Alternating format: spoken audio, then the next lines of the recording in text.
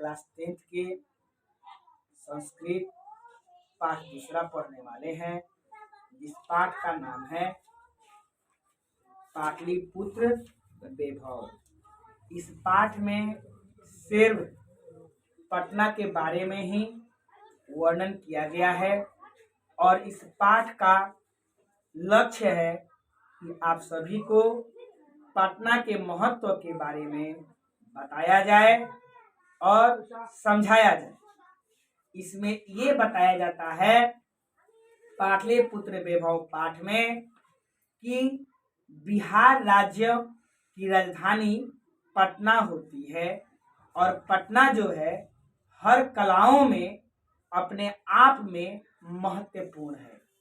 वह लोगों को अपने तरफ आकर्षित करने का प्रयास कर, चाहे वह धर्म का क्षेत्र हो या राजनीति का क्षेत्र हो या उद्योग का क्षेत्र हो या शिक्षा का क्षेत्र हो, किसी भी प्रकार का क्षेत्र हो, लोगों को वह अपने तरफ आकर्षित करने का प्रयास करता है।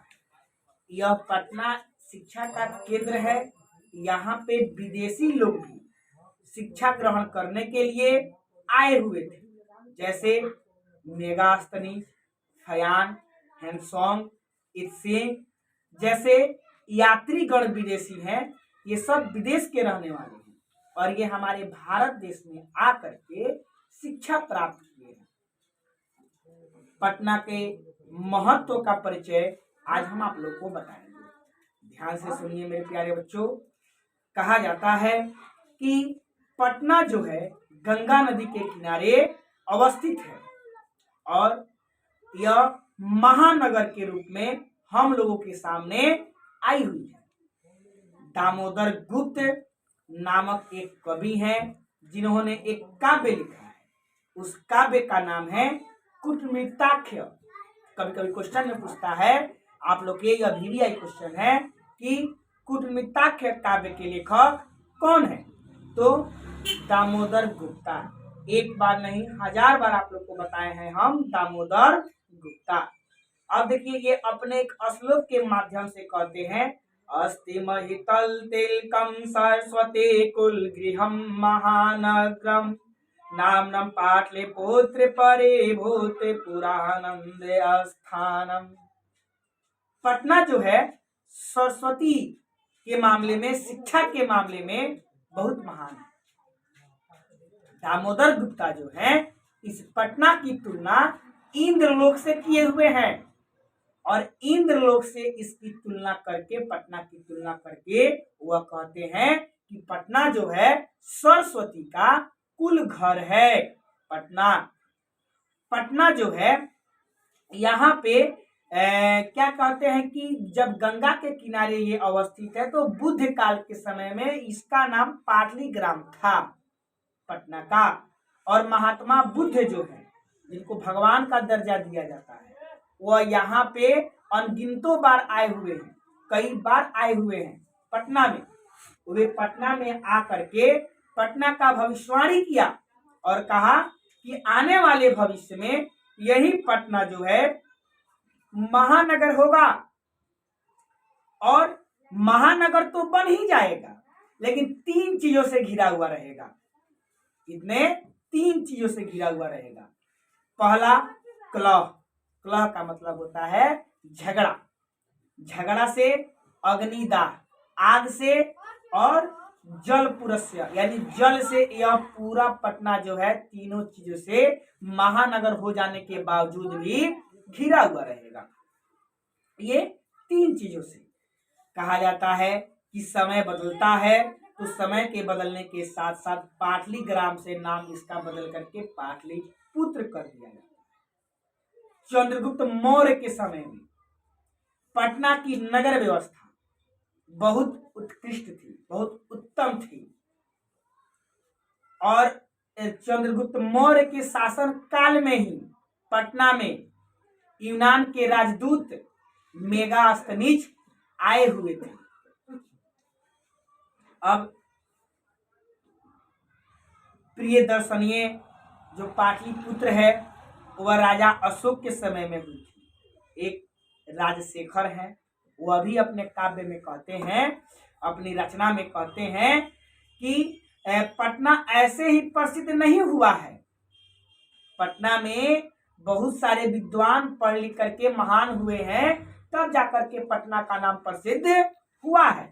जैसे व्यांडी, पाणिनि, पतंजलि जैसे लोग प्रशिक्षित हुए, शिक्षित हुए, तब जाकर के आज पटना इतना प्रसिद्ध हुआ है। राजशेखर एक काव्य लिखे हैं जिसका नाम है काव्य मीमांसा। पटना का इतिहास बहुत पुराना है, लगभग 2500 वर्ष पुराना है। पटना पाटलिपुत्र का नाम पहले कुसुमपुर था और कुसुमपुर से बदल करके कुसुमपुर हो गया। पटना नगर के इर्द गिर्द में, उसके समीप में पाटल पुष्पों की खेती अधिक मात्रा में की जाती थी। पाटल का मतलब होता है गुलाब, यानी गुलाब फूल की खेती पटना के इर्द गिर्द में बहुत ज्यादा की जाती थी। तो पाटल पुष्पनाम से इसका नाम का उत्पत्ति हुआ पाटलिपुत्र। बहुत सारे फूल को अगर हम लोग बहुवचन में तब्दील करके बोले तब पुष्पनाम ही होता है। तो वही होता है, पाटल पुष्पनाम से उत्पन्न हुआ पाटलिपुत्र और यह उसी नाम से प्रसिद्ध हो गया। आज भी हम लोग पटना को पाटलिपुत्र के नाम से ही जानते हैं।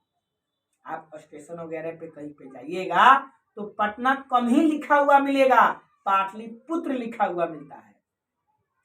शरद काल में पटना नगर में कौमुदी महोत्सव मनाया जाता है, जो गुप्त वंश के शासन काल से प्रचलित है।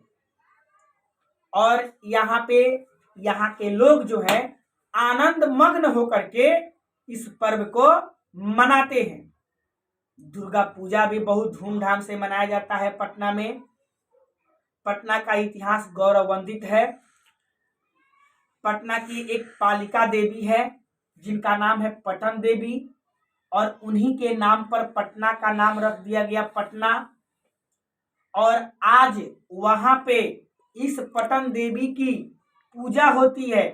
वहां की पालिका देवी है यह पटन देवी, और इनका जय जयकार भी होता है वहां पे। इन्हीं के नाम से निर्गत हुआ पटना। पटना जो है बिहार राज्य की राजधानी भी है। वह गंगा नदी के किनारे अवस्थित है।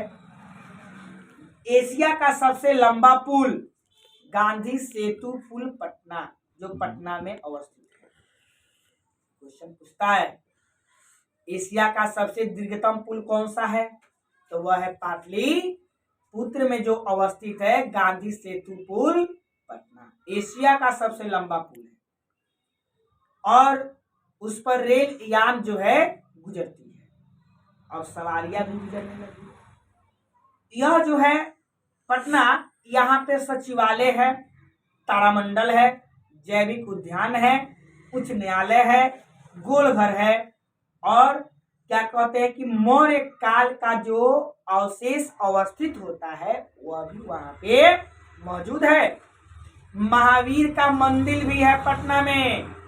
इसके अलावा सिख संप्रदाय के जो 10वें गुरु थे गुरु गोविंद सिंह, उनका जन्म स्थान भी है पटना में, जो 1666 ईस्वी में पटना में जन्म लिए थे। गुरु गोविंद सिंह सिख संप्रदाय के 10वें गुरु। सिख संप्रदायों के लिए पटना जो है एक महत्वपूर्ण स्थल है, दर्शनीय स्थल है, क्योंकि उनके गुरु जी वहां पे जन्म लिए थे। पटना जो है एक रमणीय और दर्शनीय स्थल है। वह हर चीज में परिपूर्ण है, लोगों को अपने तरफ आकर्षित करता है। और पटना जो है यह हर क्षेत्रों में वैभवशाली है। पटना एक पर्यटन है जो मानचित्र पर दर्शाया जाता है। इन्हीं शब्द